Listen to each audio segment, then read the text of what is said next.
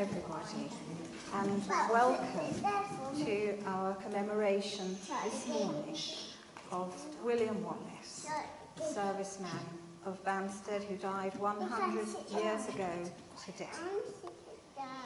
I invite our Mayor to come forward and to read for us. Thank you.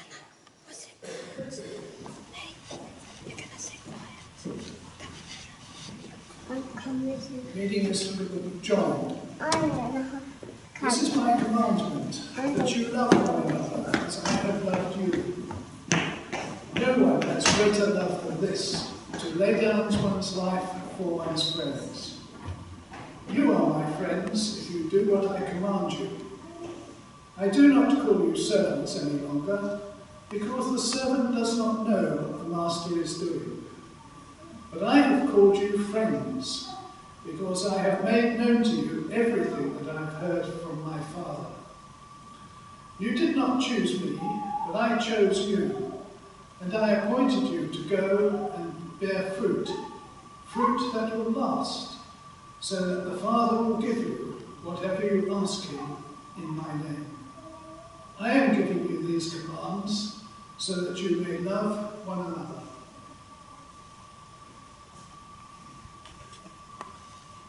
Thank you. Now I would like to ask James to come forward, and he's going to give us a resume of William's life. Well, may I add my thanks to Vivian's already for coming today, for having such a good turnout for William. His family have long left Banstead, but I'm sure they'd be very touched that you were all here to honour his memory. William Albert Wallis was born here in Banstead in late 1881. He was baptised here at All Saints. But his family weren't a Banstead family. His father, Frank, was originally from Edenbridge in Kent, and he met William's mother when they were both living in Greenwich. They married at Greenwich, a son soon arrived afterwards, and they started a rapidly growing family. Every couple of years or so they'd have to move houses because they were getting so many children, or with the demands of Frank's work as a wheelwright and a carpenter. They moved around quite a bit before they came to Banstead. And when they first arrived here, they lived in Mint Cottages at number 9. If you don't know them, they're just up by the Mint Public House, just tucked away off Park Road, between the pub and what was once Mint Farm. They're some of the oldest buildings in Banstead, and they were full of labourers and sort of working class men and their families. And it was an area which depended for its employment on the farm, Mint Farm, and then across the road, Place Farm and Banstead Place. The family were ever growing. They had 8 boys in the end and 1 girl. And they came to a bigger house in Banstead High Street. And they lived at Flint Cottages, which no longer stand today, unfortunately. They were a pair of semi-detached cottages. The left-hand one was where the entrance road to Waitrose car park is today. And the right-hand one is where Gascoigne Pease estate agents now is. When they first moved in, Frank was still working as a carpenter, and his next door neighbour was also a carpenter, so perhaps they were in business together. There were about 4 or 5 houses in that stretch of the High Street at the time, and then further along the High Street from there was, of course, the village school, the junction of High Street and Avenue Road.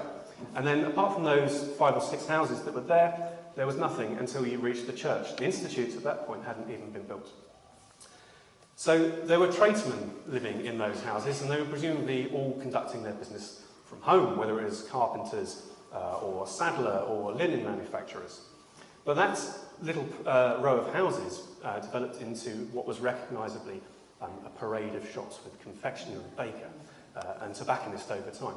And the Wallises were some of the last tradesmen to remain living there. Presumably he had a lean-to workshop next to the house from which he worked.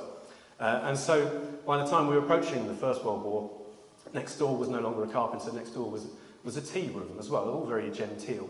Banstead becoming something of not quite a resort, but a sort of a healthy place to come and visit on the breezy North Downs, looking down over England. A lot of cyclists in those days. Cycling was very much a fad in the early years of the 20th century. We had lots of cyclists, lots of ramblers come up here. Of course, people had discovered the wonders of having free time, thanks to the Industrial Revolution, and Banstead was one of those places they came to visit. And in the end, it did support about 3 sets of tea rooms, including the one next door to the Wallises. Now, William, like most of his brothers, became a gardener's boy when he was young. There are so many big houses around here that there are plenty of opportunities for young boys and men to work in the gardens there. There's a very popular trade in Banstead. Now, his brothers all grew up, as most men did, to do other things, and postman and the caretaker of the school was one of his brothers, for example. William grew up to do something quite different. We haven't come across someone like this before, because he went on to sell advertising. Very much a new profession in those days. And he must have travelled around a lot with his work. For in 1911, we find him boarding in a house in a lake on the Isle of Wight. And then after that, shortly after that, he must have given up his career. He became a warehouseman instead. Again, quite a long way from home, working up in Merseyside, in Bootle, in Liverpool. And that's where we find him when war breaks out. The initial flow of volunteers into the army, so strong in August and September of 1914, very, very soon dried up. And in autumn of 1915, new measures were introduced, the Derby scheme, where each man would be visited by a canvasser from the army, and he'd be asked there and then whether he was willing to enlist in the army or not. Once he'd completed a basic questionnaire, if he said he would enlist, he would go off to the recruiting office with the canvasser, and he would have the choice of joining the army now or joining the army later, when all the other men in his age group were called up. Now, most of our men very sensibly chose the option of deferring their service to a later date, because by that time, the news had very well and truly filtered back from the front. This was not a good place to go. The war was definitely not over by last Christmas, and it wasn't going to be over by this Christmas. And so a lot of men chose that option of deferring their service, but not William. One of the advantages of joining under this scheme was that you had a choice of which unit you joined. And so William made a very canny choice. He was a tall man. He was 5 foot 11¼ inches tall. Probably by at least 2 inches taller than anyone else I think we've found so far in Banstead. And as many tall men did, he joined the Guards. Now, they had relaxed their height requirements. They'd literally lowered their standards during the war to 5'7", and they even sometimes recruited men lower than that when they needed the numbers. But they were still by and large tall, and recruiting sergeants would be looking out for tall men for the Guards. So William signed up with them. Now, one of the reasons this was a canny choice is because the Guards' basic training was just down the road from here, just down the road from his family at Caterham. Once he completed his training in November and December of 1915, he went to the 5th Reserve Battalion of the Grenadier Guards, and they too were local. He was posted at Chelsea Barracks in London, easy distance of his family again. Obviously, you can't learn to fight in a barracks in crowded London, so the Guards had to train somewhere. And again, they trained locally. They trained on Epsom Downs, just here. One company at a time, every summer, or sometimes in larger formations. There were about 8,000 men at its peak at Tadworth Camp up on the Epsom Downs, at least 11 separate campsites there. We've already commemorated a man, Tom Cox, who was with the Welsh Guards up on Tadworth Camp. And William would have spent probably the summer, or at least a month or two, of 1916 up there training, and again within very easy reach of his family. Unfortunately, such a convenient arrangement wouldn't last. And the Guards had suffered some heavy casualties on the Somme, and so drafts of men were being found all the time who would leave the stations at Tadworth or Epsom and head off to London before taking the train to the boats at Southampton. And he was dispatched to the front line in August of 1916. He spent about 3 weeks at the Guards base depot, Harfleur, in France, completing his training, and then after that he was sent out to join a new battalion, or his new battalion, the Third Grenadier Guards. They'd suffered some very heavy casualties fighting in the Battle of Flers-Courcelette on the first day of that battle, and so they needed reinforcements quickly, and about 250 men were sent from the base depot to join them. And they joined them on the 21st and the 22nd of September. The Guards were initially just sort of recuperating, really. They were cleaning up their equipment, they were training up the men, and these new arrivals would have a few days to integrate themselves with the men. There were some, while they weren't in the front line at the time, they were on some pretty dangerous carrying duties. Some of the more experienced men taking rations and ammunition up to the front line for the men that were still fighting there. Now, about a week after William arrived at his new battalion, they went off to the front line at a village called Les Boeufs. Now, it was a newly won line. It had been captured only a few days before. There wasn't really much of an organised trench system there, so one of their jobs was to start digging trenches. Because they didn't have an organised trench system there, neither did the Germans opposite them. So the commanding officer decided that he would push out some very strong patrols to see just how weak or strong those German defences were. And they almost pulled off quite a coup, because they advanced over 750 yards without meeting hardly any opposition at all. Unfortunately, as they advanced, the British guns behind them started firing on where they thought the Germans were, and that was unfortunately where the Guards were at the time. And they had to be pulled back. That was the first day of William's experience in the trenches. The second day of his experiences in the trenches, he was shot through the side and evacuated for medical treatment at a base hospital. So he missed the next few weeks of action on the Somme. He rejoined the Guards when they were again going through a refitting and training period. The heavens had opened in the autumn of 1916. They turned the Somme battlefield into a sea of mud. There was very little fighting going on in October. The Guards missed the fighting that ended the battle in November. And when they returned to the battlefield, it was in December, and a very cold, very hard winter was setting in. The battlefield was in an absolutely awful state. It was so wet it was impossible to dig trenches. They just collapsed as soon as you dug them. So the line was mostly a series of shell holes and posts that were occupied by the men. The gaps in between, there was not even a strand of wire on the front when they first took it, so the gaps in between had to be wired up to make the position secure. When the ground froze, it was a double-edged sword. It meant that they could start carrying rations and things up to the front line, which before had been an extremely deadly and slow business slogging through the mud. But unfortunately it then meant that they couldn't dig at all, so they just had to wait the winter out until the thaw came. When the thaw did come, rather than renewing the offensive in the spring, the Germans forestalled that by withdrawing back to more secure positions in the Hindenburg line. And the Guards were sent forward, chasing them through Saint-Pierre-Vaast wood, through Government wood, and beyond, but they never made a meaningful contact. The Germans were moving so fast. They destroyed all the territory behind them, so that there were no hiding places for the Guards, there was no clean water for them to use, there were no usable roads. So the British Army took a long time to catch up with the Germans, and when it eventually did, they fought them at Arras. Now, the Guards didn't take part in that engagement. They were once more training, and they were also working on fatigues. They were building roads, rebuilding railways in that zone that the Germans had destroyed, in order for us to get more men and guns up to the front for that Arras offensive. After missing Arras, they trained in the fields. They knew that there was a big attack coming, another big push. It wouldn't be at Arras, it would be elsewhere, it would be in Belgium, up at Ypres. And they trained. It wasn't their usual training, it wasn't open warfare, it wasn't optimistic training, it was realistic training. They were training to take established positions, bunkers, pillboxes, and things like that. They knew what was in store for them now.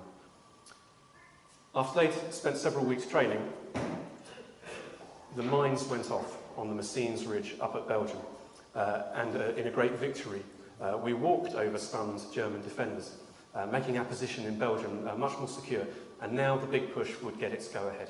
And so the Guards were sent north into Belgium. When they arrived at Ypres, the line was, until the big mine explosions, or had been, very much as it had been since 1914, when the British and the Germans had met there in an encounter battle.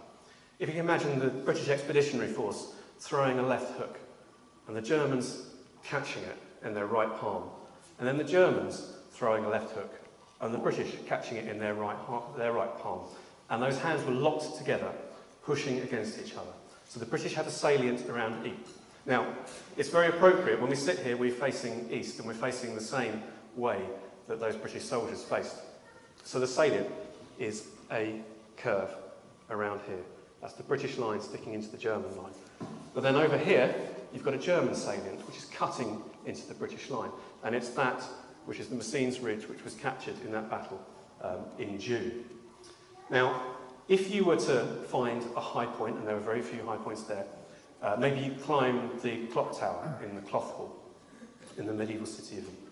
And you'd be able to look over all of this salient. And what you'd see in front of you is a semicircle of flat farmland, maybe a few wrinkles in it. And bordering that, just a couple of miles away, three miles away at the most, is a ridge of hills. High ground here, Mount Sorrel, coming round to the spoil heaps of Hill 60 and the Caterpillar, along the ridge here. And here you would see in front of you the ramparts, the medieval ramparts of Ypres, these earthen banks that are still standing. And in the middle of them, a gap, the Menin Road, where the Menin Gate Memorial is today, leading away to the village of Hoog on the footstep, on the slopes of the ridge in front of you. And this low ridge just carries on around the corner, and then up there in the corner, the tiny village of Passchendaele. No one had ever heard of it, but unfortunately we'll be hearing a lot more of it. And beyond that, the land slopes down. To the left, it's all open land. There's a canal running through here. There's boggy farmland over there. It's great for crops. It's not so very good for trying to wade through. And far beyond that is the inundation of the River Ypres. The Belgians had flooded the land near the coast to stop the Germans advancing through. Now all this line was held by the British, a little bit by the French, more by the Belgians up there. Now that high ground in the distance, that is all German held. Unfortunately, it gives them artillery observation over the whole of this salient. It's a very strong position. All their trenches are sited, or most of them are sited on high ground, nice and dry and secure. The British have to slog their way uphill. All that water drains down into the British trenches and makes it a very, very unpleasant place to be. Now, we'd long wanted to knock the Germans off those hills. We'd wanted to do it in 1916, but the Somme and Verdun battles got in the way of that. But we're going to do it now in 1917. It's our last chance to win the war before the Americans arrive.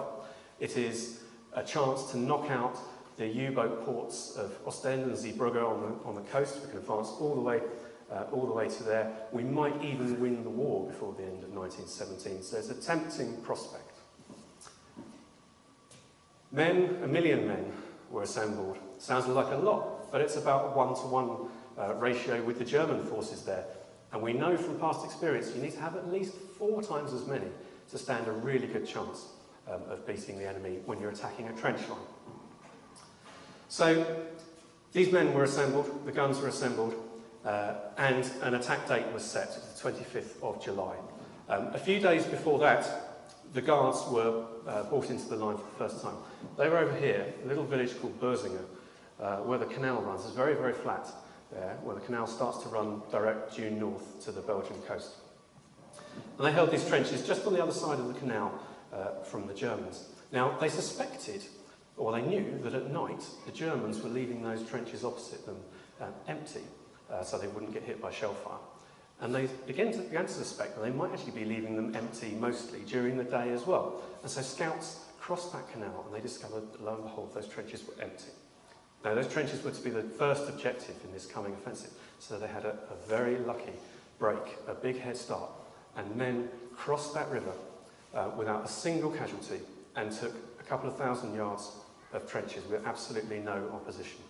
After that, of course, the shells began to come down. The Germans knew exactly where their own trenches were, so they knew where they could bombard them. But it did save hundreds of lives when the offensive eventually came. It was delayed by a few days, poor visibility, one of the reasons for that. And the Third Grenadier Guards, William's unit, pulled out of the line for a brief rest so that they were fresh when that attack came 100 years ago today. Now, their plan of attack. Well, we'll go on an imaginary walk now. It's not very far, don't worry.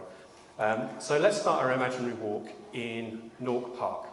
So we're going to be the Grenadier Guards and we'll start in Nork Park, where we're going to go this afternoon to plant the tree for the memorial planting. Okay, so we're just going to take a stroll down the drive and then down Pickett's Way until we get to Tattenham Way, where it crosses over the Brighton Road. Now, you may not have noticed this before, but Tattenham Way is actually a canal. So what we're going to do is we're just going to cross over Tattenham Way there and across the other side of the Brighton Road.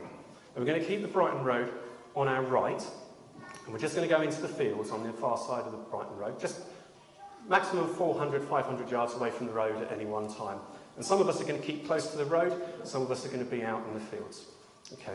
Now, very soon we're going to start encountering trenches. Okay. So we're going to find 3 sets of trenches. Now, the first of those is that canal trench which we've already taken, and the second is a support line. Behind that is a reserve line, about halfway to Kingswood from our canal. Okay? So our men are going to advance through that system. Actually, we're going to be lazy. We're not going to do the hard work. We're going to have some other men go in front of us, and they're going to march through those trench systems before us. So we're just going to have quite a leisurely stroll for a little while. Okay, we're going to then come up to Kingswood. Okay, imagine just reduce the heights of all those ups and downs that we have on the downs, just a little bit. So maybe they're like half the size, maybe a third of the size that they are now. So we're going to have a very leisurely stroll up to Kingswood. And there's going to be, just beyond Kingswood, another line. Okay, this isn't going to be a trench line. This is going to be a line of pillboxes and wire strands between them. Great big thick belts of wire crisscrossing the place all the time. And again, we're going to let these other people find a way through that wire for us. Okay, and then we're going to go and we're going to advance onwards towards Lower Kingswood. Now, in front of us, we'll be able to see what our ultimate objective is, the top of Reigate Hill. Okay, now that is the village of Passchendaele. It's not very far, is it? It will take us 3 months to get there, but we're planning to do it in 2 days. Okay, so we're going to go and advance through the village of Kingswood, down the other side into Hogden Bottom, that little trough between Kingswood and Lower Kingswood. So we're going to move through our men who have opened that hole in the line in Kingswood, and all we're going to do is just go down to the bottom, halfway down the slope of that valley, which sounds like an easy task. At the bottom of that valley is a little stream called the Steenbeek, and beyond that there's a line, another defensive line of German trenches. Okay, we're not going to worry about those, because some of our mates are going to go across and they're going to find their way through there, and then we're all going to stop. And that's fine, and we'll go and get to Passchendaele tomorrow instead. So that's the plan, and it sounds really easy, doesn't it? Now, the Guards were on the left flank of this enormous 12,000-yard front that we were attacking. Okay, so not only are we advancing, trying to capture ground, but we're also providing a defensive flank for all these guys that are on the other side of us. Okay, so at 3:50 a.m. 100 years ago today, it's 0 hour. The guns start firing. We've got a lot of guns. Okay, we've got 6 batteries of the Royal Field Artillery that are just supporting us, our little Guards brigade. Okay, we've got some heavy guns from the heavy artillery helping out as well. We've got 4 machine gun companies. Okay, and they're helping us. They're not firing directly at Germans, but they're firing over our heads in an arc, like the longbowmen used to do. Okay, and they're providing what they call indirect fire by doing that. A rain of bullets coming out of the sky onto German trenches. So we've got a lot of cover here. Okay, ahead of us, the Scots Guards on our side, the right.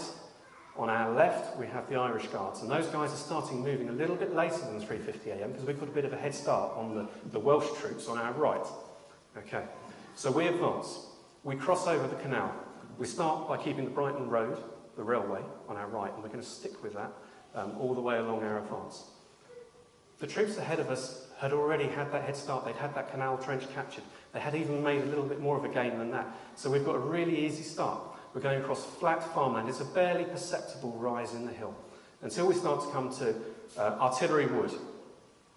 It's all been plain sailing until now, but in the haste to advance quickly, the battalions in front of us have left men, German defenders, isolated, hidden, who can then start attacking us from the side and from the rear.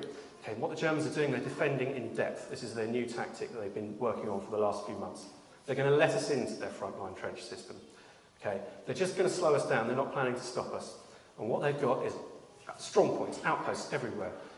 Every 300 to 400 yards in that country, there are farm buildings. Okay, there's a farmhouse, there's lots of different outbuildings.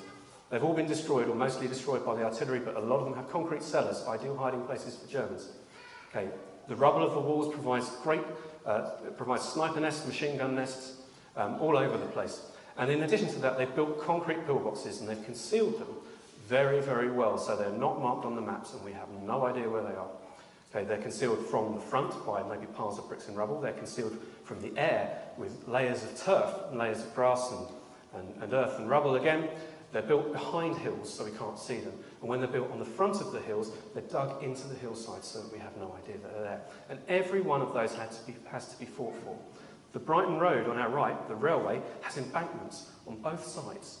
And built into that embankment are strong points and blockhouses. We have to fight for every single one of those. So ahead of us, the Irish Guards, the Scots Guards rather, have made they captured the first trench system. And very soon afterwards, they captured the second trench system, just beyond Kingswood, as, if you like, Pilkham, the village of Pilkham. Okay? And we have to reinforce them. William's unit, the 3rd Grenadier Guards, have to reinforce because the unit in front of them getting very ragged because of all of those strong points and blockhouses down that railway that are firing at them. So we join them, and we push forward, and we finally capture that layer of trenches.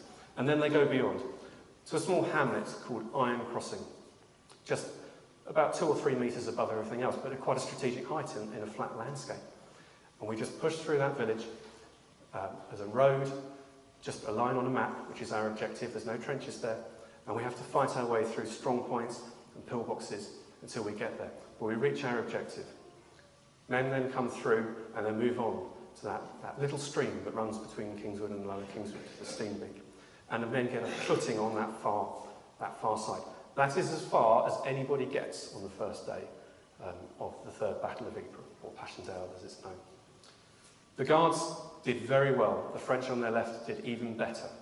The Welsh on their right eventually managed to catch up, but the Guards lost a lot of men clearing obstacles for the Welsh division on their right. No one had clearly said, OK Guards, OK Welsh, we're going to divide up all the strong points along the railway between you so that you know exactly what you were doing. So they had to improvise at the time and fight their way from post to post, suppressing the fire with Lewis gun fire, then bombing the inhabitants out with hand grenades. In the evening, it must have looked a simple job. We've got this far, we've got 2,000, we've got 3,000, 3,500 yards advanced. Passchendaele is just over there.